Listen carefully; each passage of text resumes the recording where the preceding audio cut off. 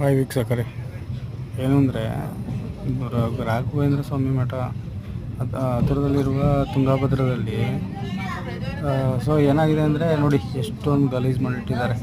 ಇಷ್ಟು ಗಲೀಜು ಮಾಡುವುದು ತುಂಬ ಒಳ್ಳೆಯದಲ್ಲ. ಯಾಕೆಂತ ಹೇಳಿದ್ರೆ, ನಾವು ರಾಯರ ಸನ್ನಿಧಿಗೆ ಬರೋದು ನಮ್ಮ ಕಷ್ಟಗಳನ್ನ ಹೇಳ್ಕೊಳ್ಳೋಕ್ಕೆ ಮತ್ತು ಅವ್ರ ದರ್ಶನ ಮಾಡಿ ಪುಣ್ಯ ಕಟ್ಕೋಬೇಕು ಅಂತ. ಸೊ ಅದ್ರ ಜೊತೆಗೆ ನಾವು ಇದನ್ನ ಪಾಪದ ಕೆಲಸ ಮಾಡ್ಬಿಟ್ಟು ಹೋದರೆ, ಬಟ್ಟೆಗಳನ್ನೆಲ್ಲ ತೆಗೆದು ಅಲ್ಲೇ ಹಾಕ್ಬಿಟ್ಟು ಈ ಥರ ಗಲೀಜು ಮಾಡ್ಕೊಂಡು ಹೋಗುತ್ತೆ.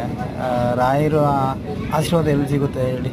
ಸೊ ನಾನು ಏನು ಹೇಳ್ಕೊಂಡಿದ್ದೀನಿ ಅಂತ ಹೇಳಿದ್ರೆ, ಎಲ್ಲರೂ ಅಷ್ಟೇ, ನಾವು ಹೋಗಿದ್ದೀವಿ ಇವಾಗ ಸೊ ಈ ಸಿಚುವೇಷನಲ್ಲಿ ಈ ಥರ ಒಬ್ಬೊಬ್ಬರೂ ಕೂಡ ಈ ಥರ ಮಾಡಬಾರ್ದು ಅಂತ ಅಂದ್ಕೊಂಡ್ರೆ ಅದು ನದಿ ದಂಡೆ ಎಲ್ಲ ಕ್ಲೀನ್ ಆಗ್ತದೆ. ಸೊ ಮುಂದಿನ ಜನ್ರೇಷನ್ಗೂ ಕೂಡ ನೀರು ತುಂಬ ಅವಶ್ಯಕತೆ.